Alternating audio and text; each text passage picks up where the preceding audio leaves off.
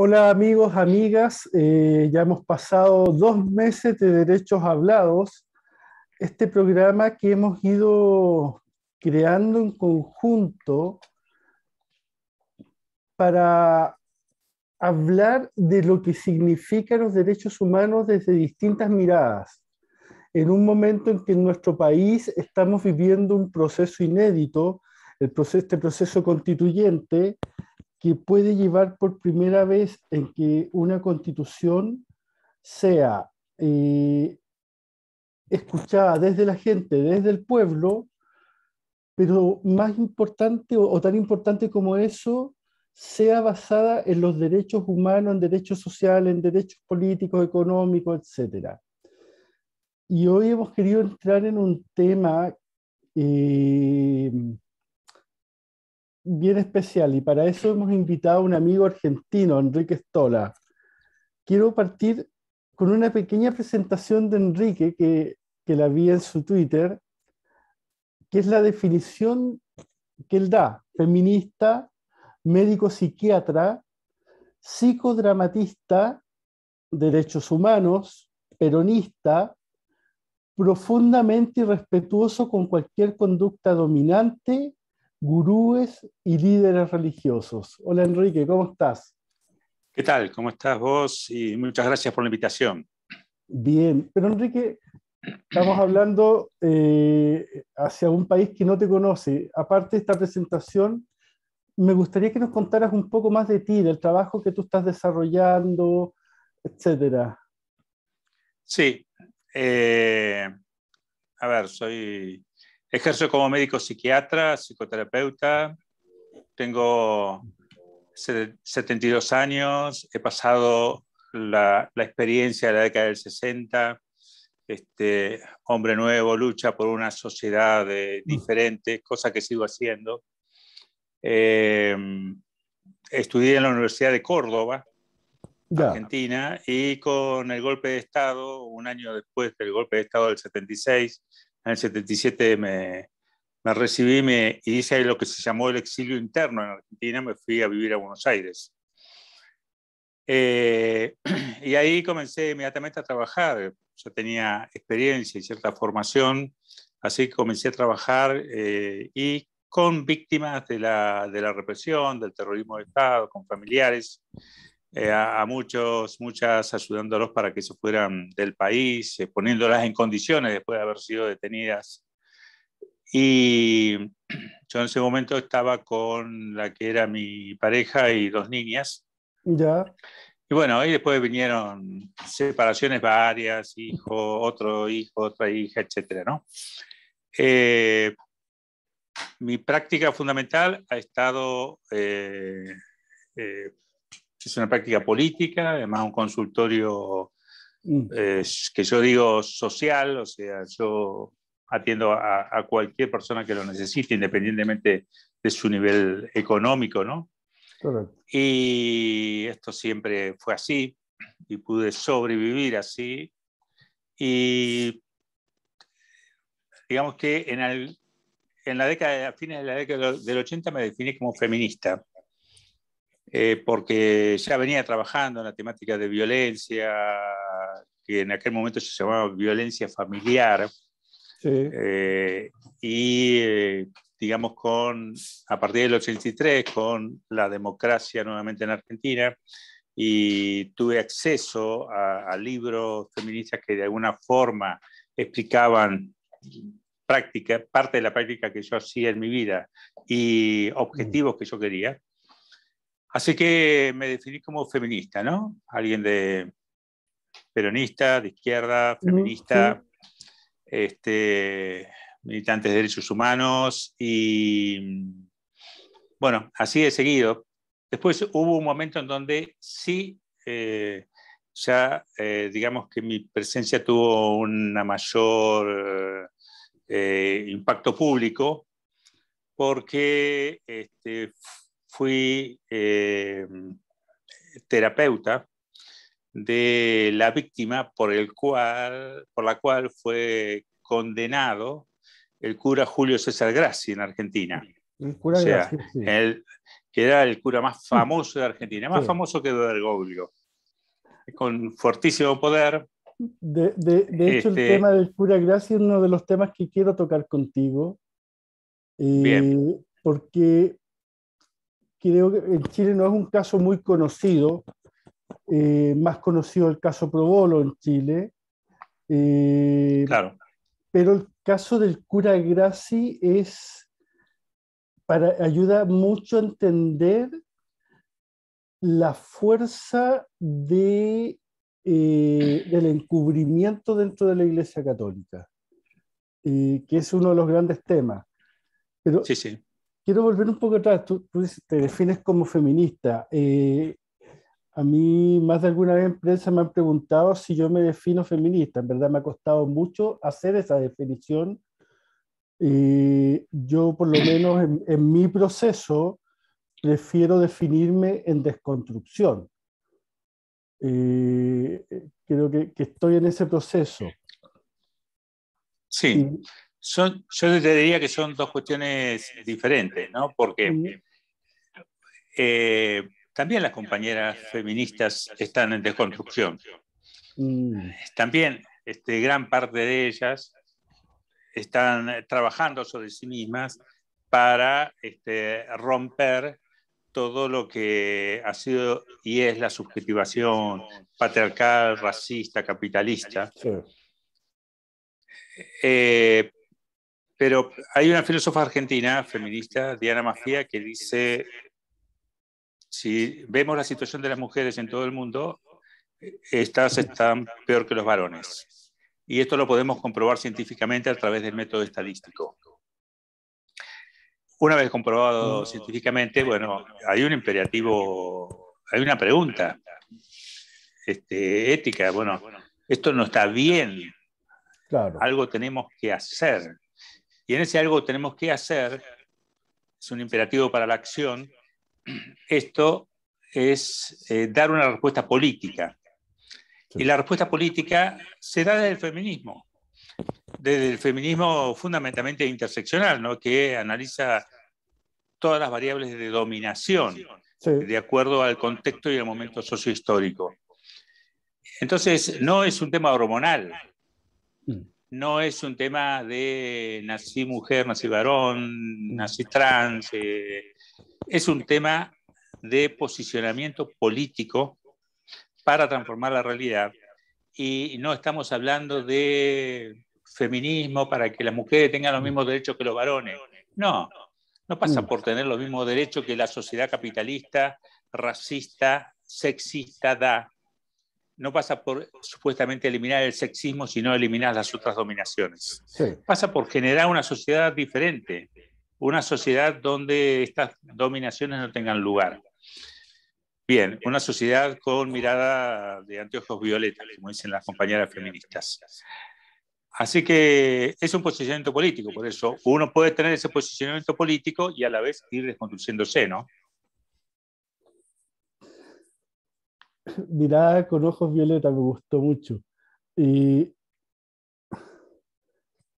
entonces a ver, hay una mirada que es absolutamente liberal con respecto al feminismo y hay una mirada que tiene que ver con una postura política eh, que es con romper o terminar, cambiar las formas de dominación.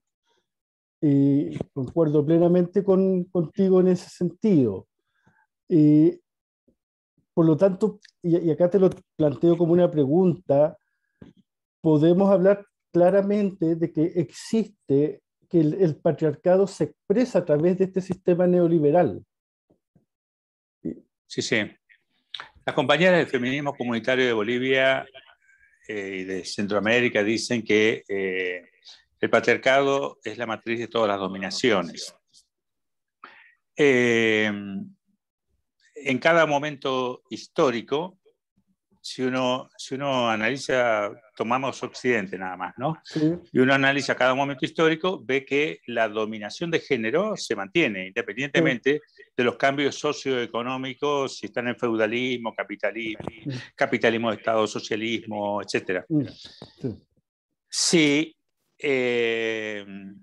si analizamos, también vemos que la dominación de clase se mantiene. Y la otra cuestión que surge y se estructura a partir de la colonización de nuestra América es el racismo, que pasa a ordenar, junto con la clase y el sexismo, pasa a ordenar los cuerpos, los espacios y la explotación de los cuerpos. Entonces, esas variables macro de dominación siguen vigentes hoy con el capitalismo financiero. Como bien dice Nancy Fraser, feminista norteamericana, de la izquierda norteamericana, dice, y da un ejemplo.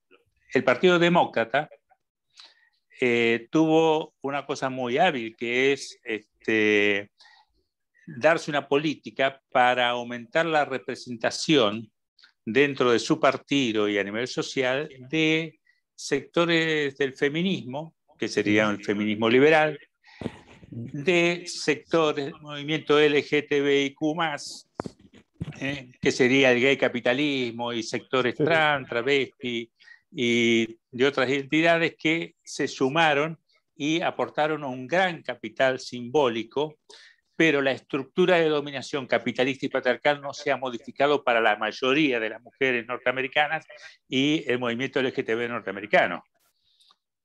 Entonces, ahí tenés como un posicionamiento que puede ser solamente, como existe aquí en Europa, de feministas que dicen, no, nosotros solamente dominación de género, sexismo, seguimos los valores occidentales, seguimos la ilustración europea y no nos metemos con la cuestión interseccional, es decir, no nos metemos con las categorías de raza, género, perdón, raza, capital, etc. Pero lo cierto es que todas las estructuras de dominación se potencian entre sí, no se dividen. Uno las puede dividir para analizarlas, pero en la praxis concreta no se dividen.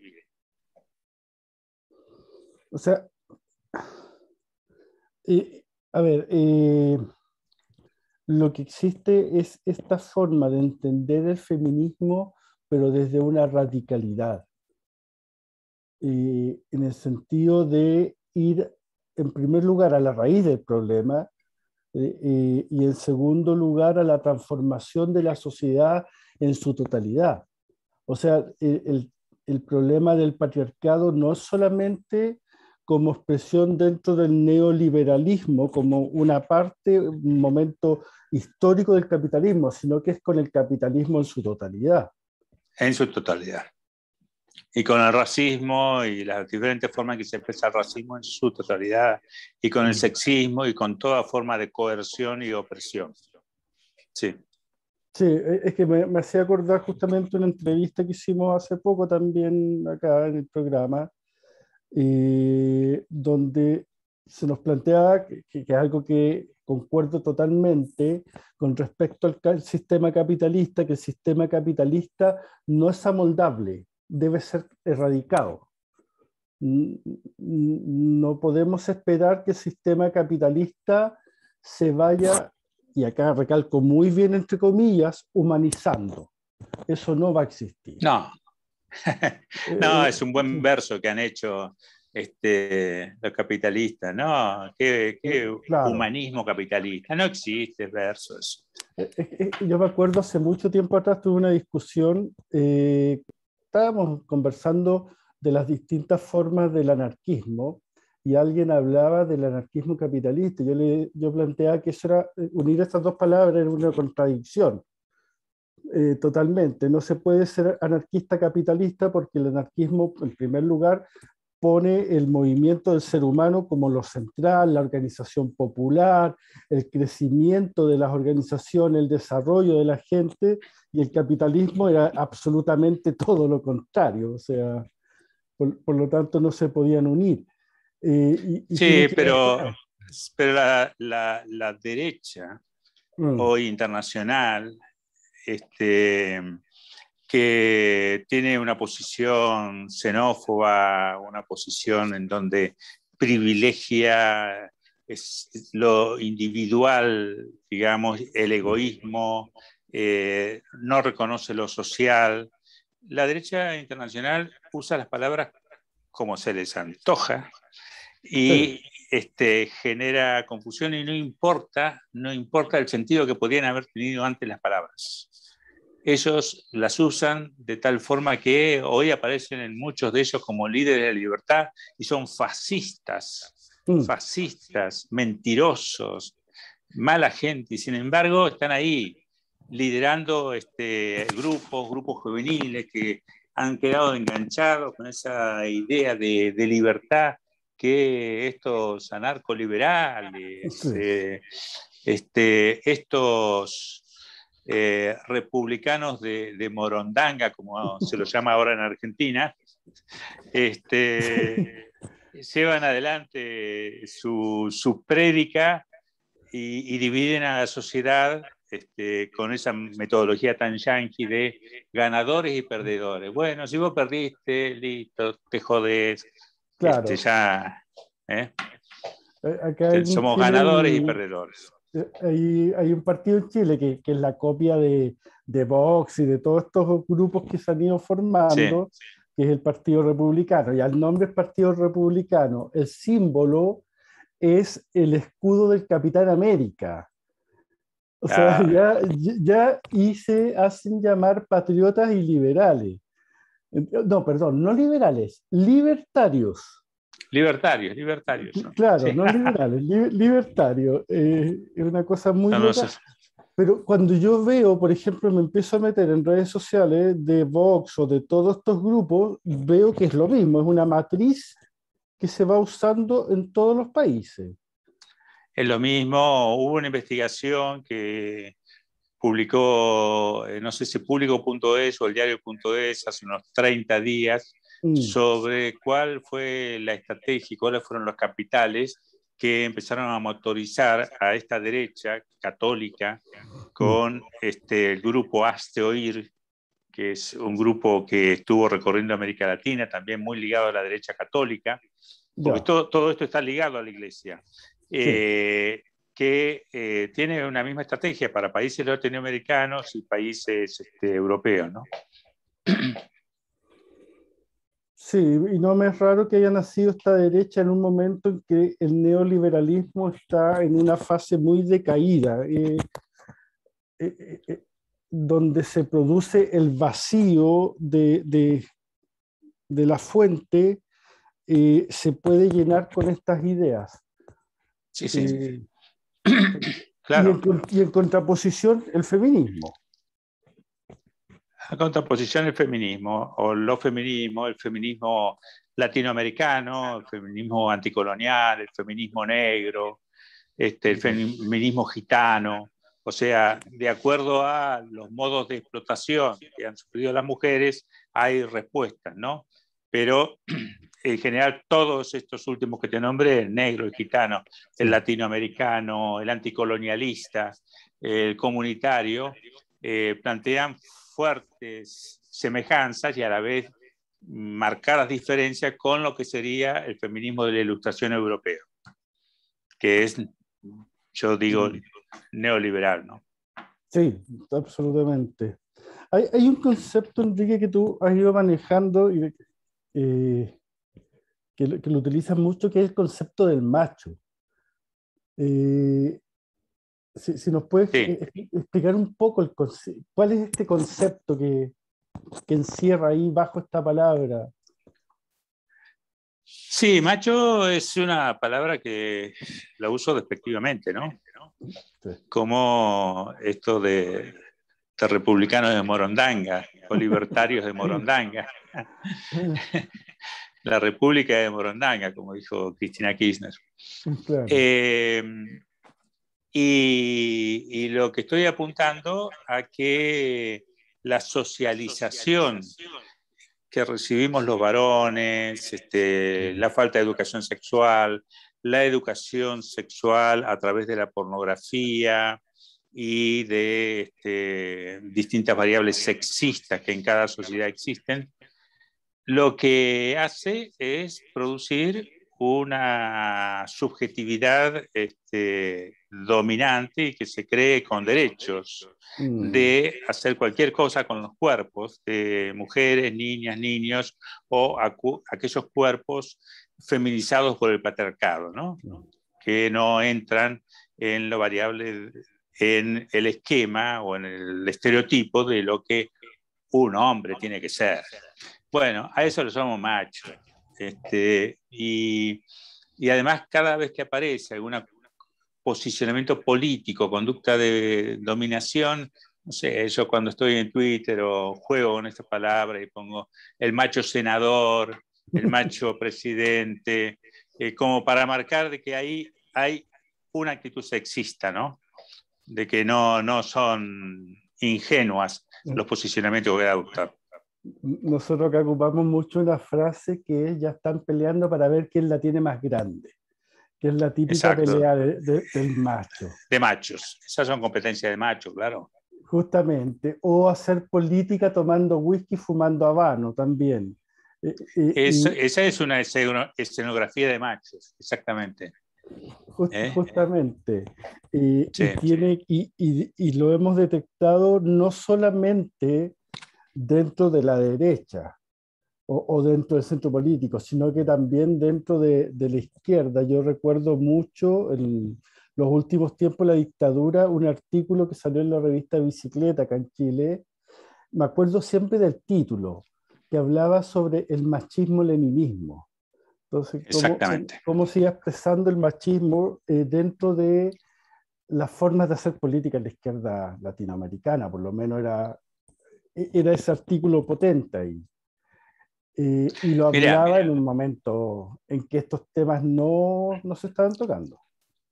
Hay alguien que explica esto muy bien en un libro que se llama Feminismo de las márgenes al centro, de Bell Hooks, que es una feminista negra norteamericana. Y ella dice señalando las diferentes matrices de dominación, dice: las mujeres negras nunca tuvimos un sujeto institucionalizado para dominar. En cambio, los hombres negros sí tuvieron un sujeto institucionalizado, que son las mujeres negras. Y las mujeres blancas tuvieron un sujeto institucionalizado, que son los hombres negros y las mujeres negras. Dice, paradójicamente, ambos sectores, hombres negros y mujeres blancas, lideraron movimientos de liberación. Los hombres negros lideraron el movimiento antirracista y las mujeres blancas lideraron movimientos antifeministas. Feministas. Sí. Ahora, esos hombres negros no se metían con la cuestión sexista ni con el tema de la dominación de clase. Esas mujeres blancas no se metían con la dominación racial ni con la dominación de clase. Y tenemos a la izquierda que plantea la liberación de clase y no se mete con la cuestión sexista ni la cuestión racial. Sí. Entonces, lo que plantean las mujeres negras es: dejémonos de joder, usemos categorías interseccionales que no son para analizar subjetividades, sino para analizar cómo se da el poder en cada momento histórico y en cada contexto geográfico y político, ¿no? Enrique, quiero saltar un poquito, o sea, sí. No nos salimos del tema, pero quiero ir hacia, meterme entre un tema puntual que tiene que ver con el abuso sexual infantil, y creo que de alguna forma tú ya lo tocaste cuando hablaste del uso de los cuerpos. Y yo te comentaba una conversa previa que tuvimos antes de empezar el programa sobre esta institución que existe en Chile, que es el Sename, y yo te la describía como el lugar donde el sistema neoliberal vota los cuerpos, vota a los niños, las niñas, adolescentes, que son lo que ya el sistema como si no puede mantener y los tira a estos lugares, y donde más encima no solo los tira, sino que crea dentro de ello una forma de organización que permite que privados lucren, ganen plata. Y de esos privados, si no es uno de los más, o sea, si no es el más importante, uno de los más importantes es la Iglesia Católica. Y tenemos informes, un informe que saca la Policía de Investigaciones de Chile hace unos pocos años atrás, donde describe de una forma que en verdad es bien desquiciante, como va describiendo los abusos dentro de la organización. Y llegamos a un punto hoy en día en que es una de las demandas más grandes en Chile, y de hecho la red de sobrevivientes, nosotros como red de sobrevivientes hemos interpuesto una denuncia ante la Comisión contra la Tortura de Naciones Unidas, no solo por el caso nuestro de abuso de parte de la Iglesia, sino que también por Sename. Y doy un poco este contexto porque quería entrar a hablar, a conversar un poco contigo sobre, tú vas poniendo mucho el tema del cuerpo, eh, como una Sí, forma, como la expresión del abuso, de la explotación. Si nos puedes hablar un poquito de eso. sí. Primero, señalaría que algo que estamos impulsando quienes trabajamos en la temática de agresiones sexuales contra las infancias es dejar de hablar de abuso sexual infantil. Primero porque no es infantil, aunque está claro que alude a la infancia. Y segundo porque es mucho más que un abuso, son agresiones sexuales. Tiene que aparecer más claro, utilizando el español acá, el castellano. Entonces, agresiones sexuales a las infancias, ¿por qué? Porque también está el tema de la infancia trans y la particularidad situación de la infancia trans y las agresiones que recibe, ¿no? Utilizando ese momento de confusión en cuanto al desarrollo de su identidad, etc. Así que, en general, estamos comenzando a hablar de agresiones sexuales a las infancias. Lo segundo es que las instituciones machistas, como la Iglesia Católica, que es siempre la he definido como una institución criminal, Sí. Y no soy yo quien tiene que demostrar que es criminal, son ellos los que tienen que demostrar de que no son una organización criminal, ¿cierto? Son ellos los que tienen que demostrar que no, porque los hechos de la historia muestran claramente que son una organización criminal. Se basa en gran parte su poder y se ha basado históricamente, y veamos los últimos hechos que aparecieron ahí en Canadá, ¿no es cierto? La matanza de niños, en el maltrato de los cuerpos. Ha sido gran parte de la política de la Iglesia Católica a partir del Concilio de Nicea hasta la fecha 323, ahí cuando digamos que se establecen su unión con Constantino. Sí. Y listo, pasan a ejercer el poder en el mundo.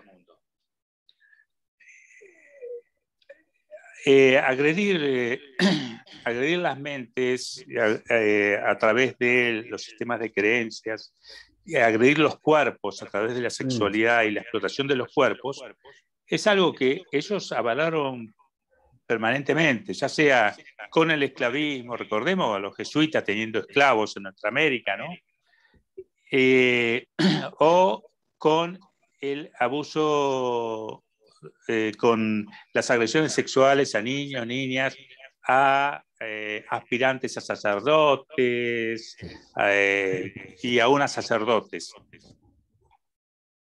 Creo que la película esta que describe los hechos, Primera Plana, ¿no? Se llama, que describe los hechos de abuso en Boston, Sí. que salió más o menos en la misma época que surgió el tema Gracia en Argentina, 2002, 2003.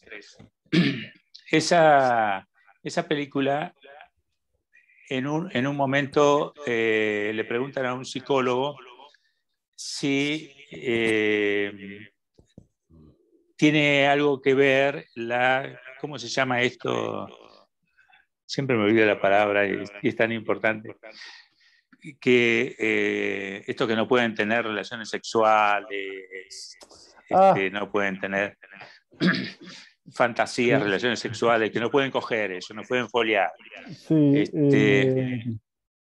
como no practico eso, también se me olvida la palabra. Bueno, yo creo que quienes están escuchando saben que los curas dicen, bueno, tiene esa prohibición, y entonces este psicólogo, que los conoce muy bien y ha trabajado con ellos, responde que en realidad todos ejercen la sexualidad y la genitalidad, ya sea porque se masturben, porque tienen poluciones nocturnas, porque tienen fantasías, porque cogen entre ellos, los que son gay, porque tienen relaciones heterosexuales, que son las más peligrosas, digamos, dentro de la iglesia, ¿no? Porque con esa misoginia que tienen con respecto a las mujeres.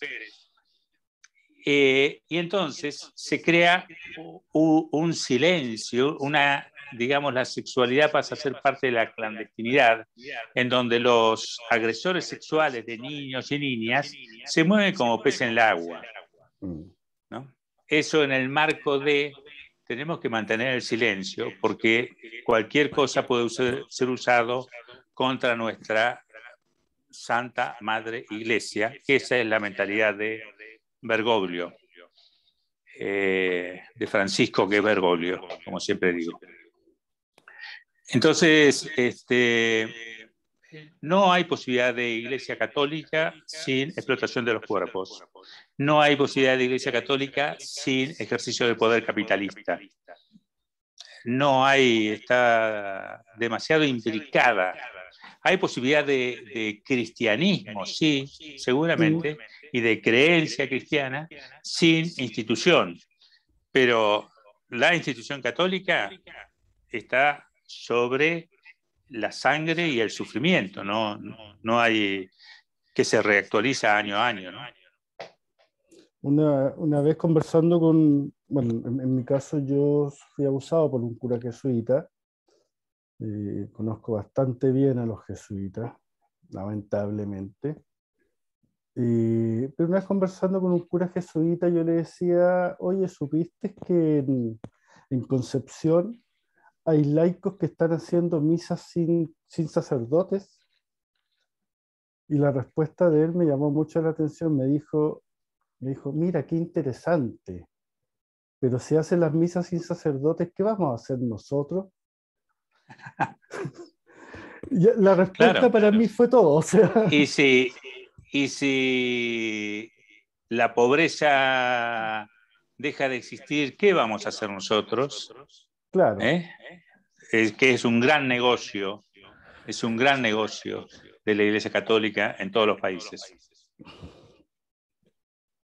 Quiero entrar en el tema de la Iglesia Católica. A ver, yo hace rato que aprendí y tiene que ver, partió con un proceso mío de bajar del púlpito a estos dioses que no lo eran, de empezar a llamar a los sacerdotes por sus nombres. Jorge Bergoglio, Karol Wojtyła, Ratzinger, y con los sacerdotes que iba conversando, porque uno lamentablemente cuando denuncia se tiene que relacionar con ellos por el tema en sí de las denuncias y todo. Aprendí a mirarlos de igual a igual y me puse en una campaña, y no solamente yo, sino que fue como que entramos, inclusive sin ponernos de acuerdo en la red de sobrevivientes, en una campaña de bajarlos de su estatus de semidioses y ponerlos a la misma altura. Y eso es equiparar poder. Justamente, y en primer lugar, para uno personalmente es muy fuerte, es muy potente Eh, y socialmente, o sea, cuando yo llegaba, me acuerdo en una entrevista en una radio chilena muy ligada a la Iglesia Católica, que es Radio Cooperativa, cuando yo hablo de Jorge Bergoglio, y nunca me voy a olvidar la cara de la periodista, más encima era en vivo, no me podían editar, y me pone una cara porque no estaba diciendo ni Papa ni Francisco, sino que estaba diciendo Jorge Bergoglio. Pero más encima termino la frase contando que Jorge Bergoglio estaba acusado en Argentina por encubrimiento ante la justicia argentina. Y la periodista no hallaba cómo, cómo contarme. Ella es muy simpática, pero es católica, es pechoña y todo, y muy cercana a los jesuitas. Eh, y te comento esto porque creo que es sano para uno y sano como sociedad entrar en estos procesos de desmitificar, inclusive de humanizar al agresor en el sentido de bajarlo de un púlpito donde no le corresponde estar, donde no debe estar, donde es dañino para nosotros que esté, bajarlo de ese púlpito y ponerlo en igualdad de condiciones.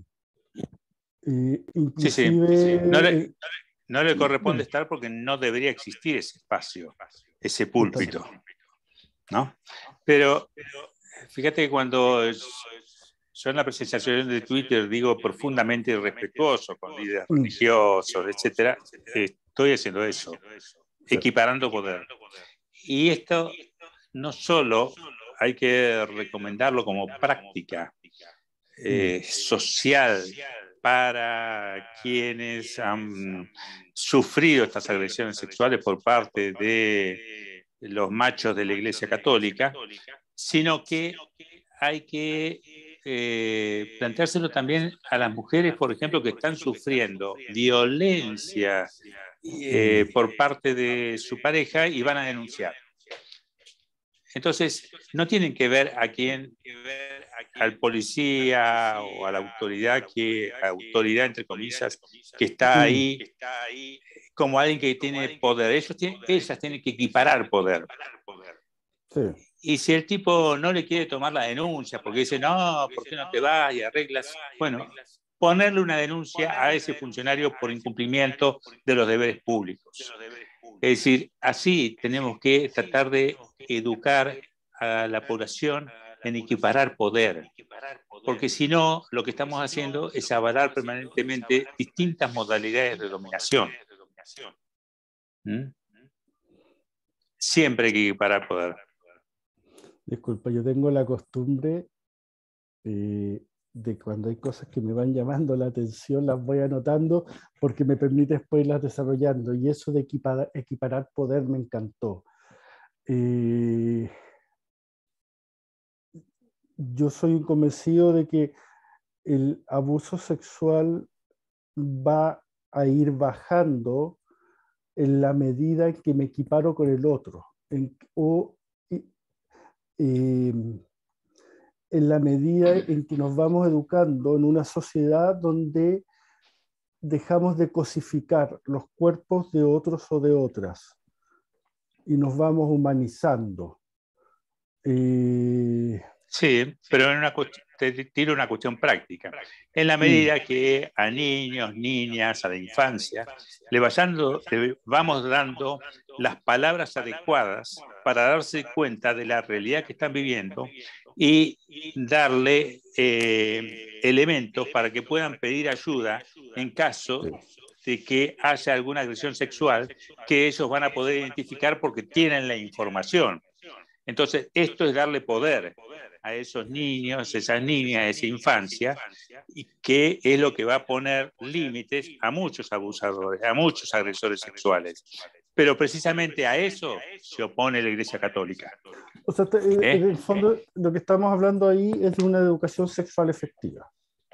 Una educación sexual integral, efectiva, que tiene que llegar hasta los últimos niveles de la universidad, pero en eso se oponen los conservadores y se opone la Iglesia Católica. Pero claro, le quitas un espacio en donde ellos podían actuar. Si la Iglesia Católica defiende abusadores, los conservadores defienden agresores sexuales.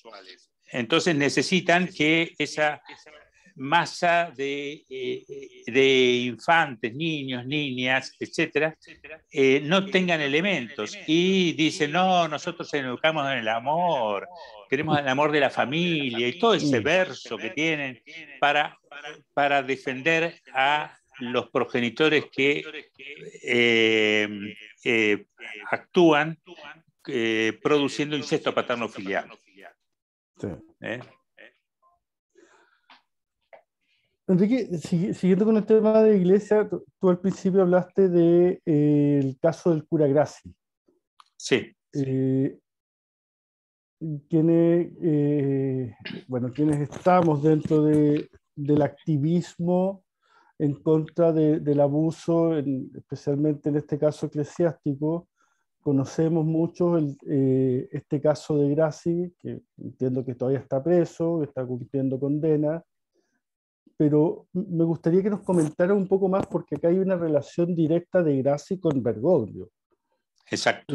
Y lo que hace de que, siendo encontrado culpable, siendo condenado, estando preso, Bergoglio no le quite algo que, claro, para mí no tiene ninguna significancia, pero socialmente lo tiene, que es su categoría de sacerdote, como una forma de cuidarlo, de protegerlo. Si nos puedes contar un poco de este caso y lo que ha sido para ti también este caso, porque entiendo que tú fuiste testigo en la denuncia contra Grassi. Mira, en el año, a fines, noviembre del 2012, hace una investigación, un programa de televisión, Telenoche Investiga, periodistas muy honestas, como Miriam Lewin, investigan al cura y logran hacer una entrevista con él, y se genera la confianza como para que algunas de las víctimas denuncien. El programa de investigación sale cuando las víctimas ya han denunciado ante el Poder Judicial. Ya. Bien. Yo conocía a Miriam y justo había estado en un programa previo como experto analizando algo que sucedía en una entidad religiosa. Y les envío impactado, porque cuando salió la investigación fue un shock para la Argentina. Imagínense, no sé, el tipo más poderoso de Chile y el más bueno, y que lo agarran ahí con pruebas concretas de que está cometiendo esto. Entonces nos había impactado a toda la población y les envío un mensaje diciéndoles que si llegan a precisar algo, porque suponía que la Iglesia Católica los iba a presionar, podían contar conmigo, pero yo en el sentido de como psicólogo institucional, ¿viste? Un grupo de investigadores va a ser recibido, bueno, a ver cómo los contengo, etcétera, para que sigan haciendo su trabajo. Pero en realidad lo que hicieron fue poner en contacto conmigo a dos víctimas. Ya. Dos víctimas. Una le pedía a una colega que se hiciera cargo y yo supervisaba, y la otra la asistí yo, que es Gabriel. Y durante un mes, durante el primer mes, no tuvimos abogado. Estaba yo solo con Gabriel, que había que conseguirle alojamiento, que sufría los ataques de la prensa porque se dividió el país. Las encuestas mostraban de que al cura le creían casi el 80% de los argentinos. Había un 10% ahí que no sabía y un 10% que no le creía. Ya. Y los principales medios de Argentina y ligados a la Iglesia Católica era un bombardeo contra las víctimas. Era un bombardeo contra las víctimas. Hasta que se pudo conseguir un abogado. Y bueno, y este tema me llevó 10 años de mi vida, porque en el 2002 esto, 2009 recién pude declarar en el juicio, Ya. 2013 creo que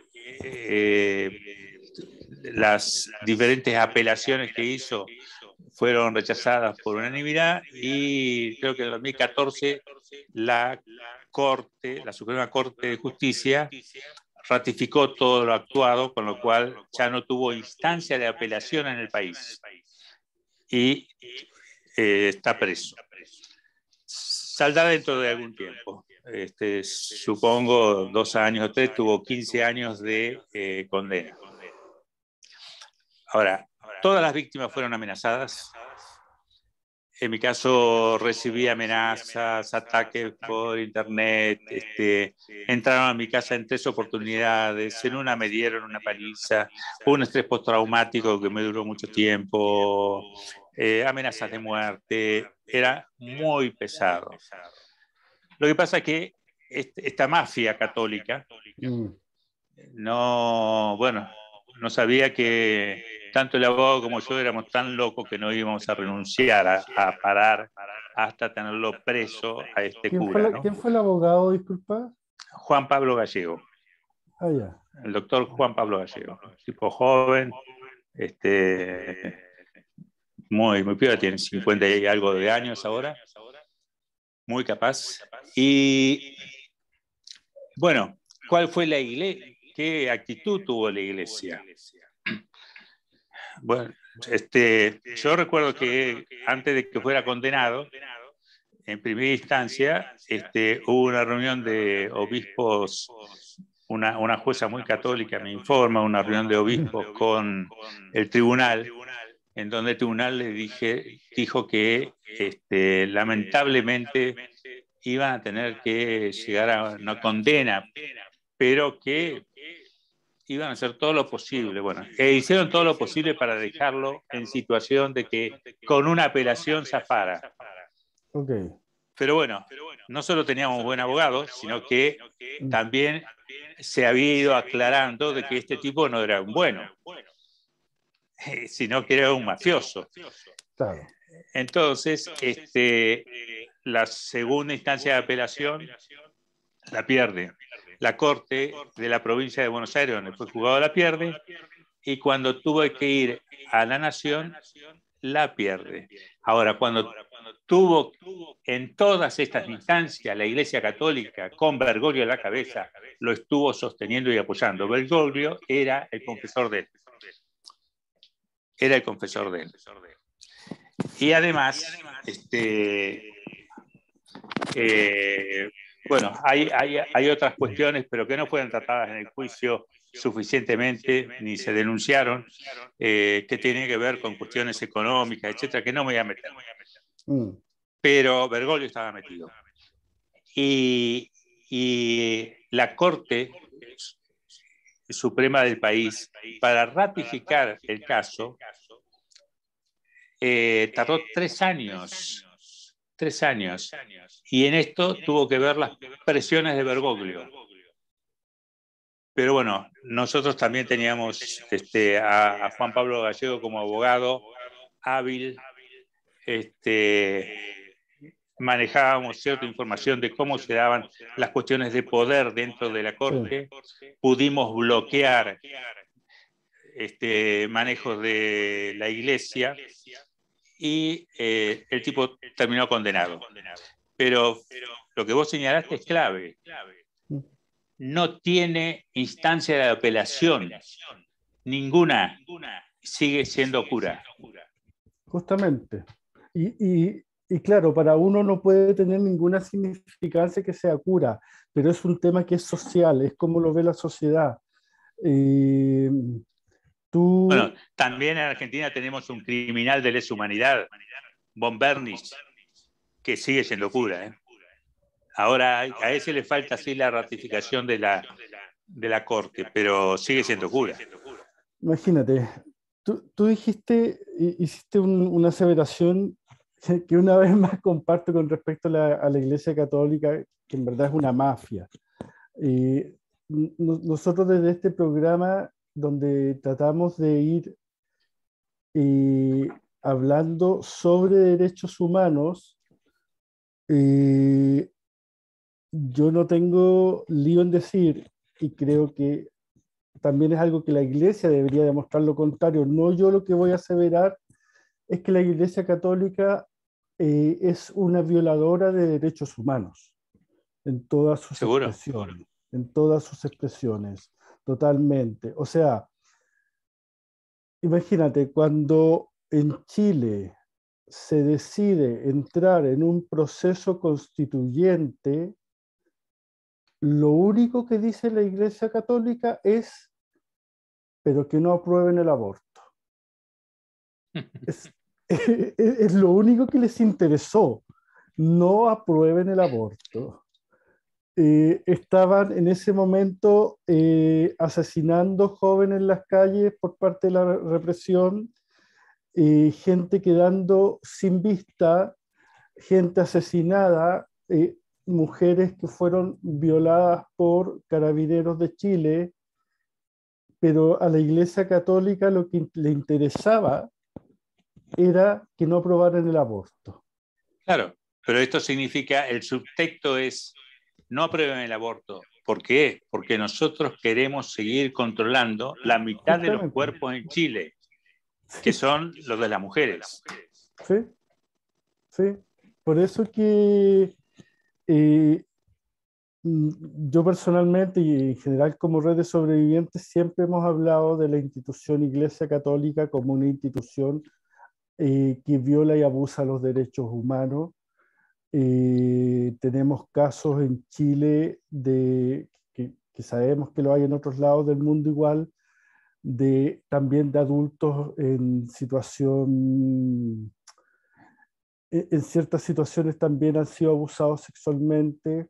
Eh, Hay un caso que es histórico acá en nuestro país, que fue el primer caso de una amiga trans denunciante de abuso sexual eclesiástico. Nos enteramos después, por alguna red social, que había también un caso en Argentina de una chica trans que denunciaba abuso eclesiástico. O sea, el uso de los cuerpos por parte de la Iglesia Católica, de una organización que es, por definición, es patriarcal, por definición es antidemocrática. Eh, es una institución que no bloquea la sexualidad, sino que la utiliza como forma de dominación de cuerpos.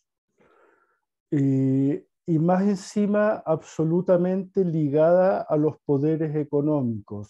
Cuando Jorge Bergoglio levanta su discurso de rojerío, su discurso medio supuestamente de izquierda, Jorge Bergoglio ha estado ligado a los poderes económicos argentinos durante todo el tiempo. O sea,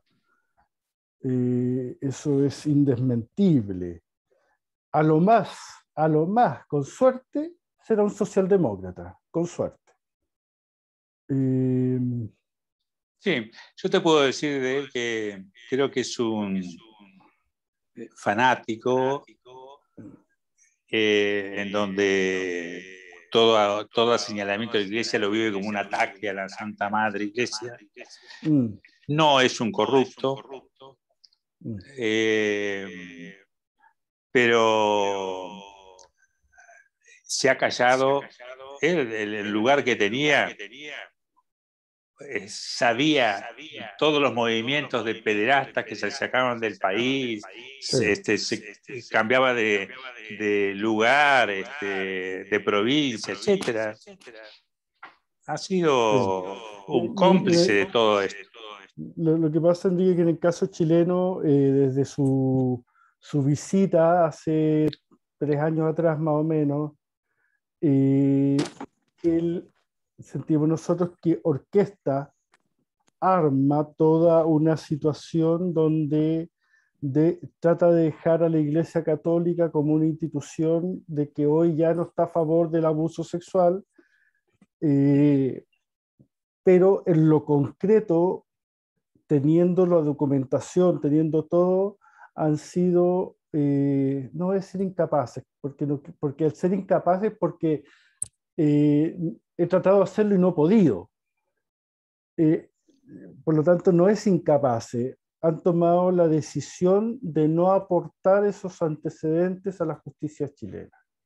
Claro. O sea, hay un informe enorme que recogieron con antecedentes donde muchas víctimas pusieron su fe, su confianza en que esta vez sí, su Santa Iglesia los iba a ayudar, los iba a proteger, y hubo una burla total, porque más encima la gran mayoría de esos casos ni siquiera ha recibido castigo de la Iglesia, que por último uno dijera, ya no entregaron la información, pero hubo un castigo de parte de la Iglesia. No, ni siquiera eso. No. Ni siquiera eso. Entonces, existe una Te sensación cuento con otra. Bergoglio de gran traidor a nosotros. Bergoglio nunca recibió a agredidos sexualmente por la Iglesia argentina. Y no ha podido recibirlo porque quisieron hacer una maniobra en un momento de llevar a algunos, pero que no fuera la víctima de Graci. Y las otras víctimas se negaron. Entonces, hasta el momento no ha recibido a nadie de Argentina. Bueno, hay algunos que dicen que por eso que desde que es Papa nunca ha ido a Argentina. Sí. Sí, no sé decirte, no tengo ninguna hipótesis sobre eso. Claro, yo tampoco, pero no me cabe en duda. A mí, yo si te puedo decir algo que he comentado así con mi grupo de amigos y con mi pareja. Para lo único que espero que vaya Bergoglio a Argentina es para tomarme un avión e irme a Italia cuando él esté aterrizando.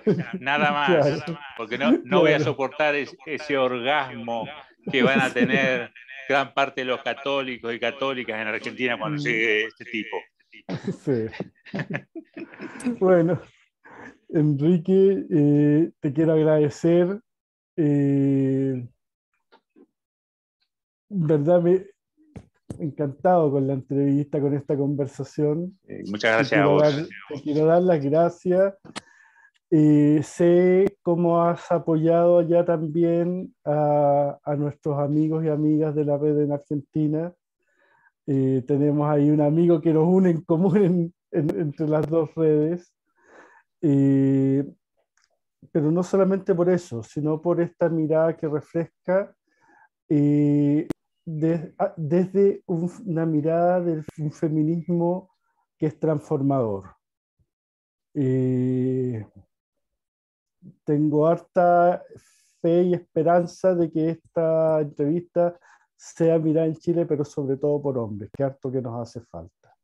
Quiero darte las gracias por esta entrevista. Bueno, un abrazo. Un gran abrazo. Un gran Chao, abrazo. hasta luego.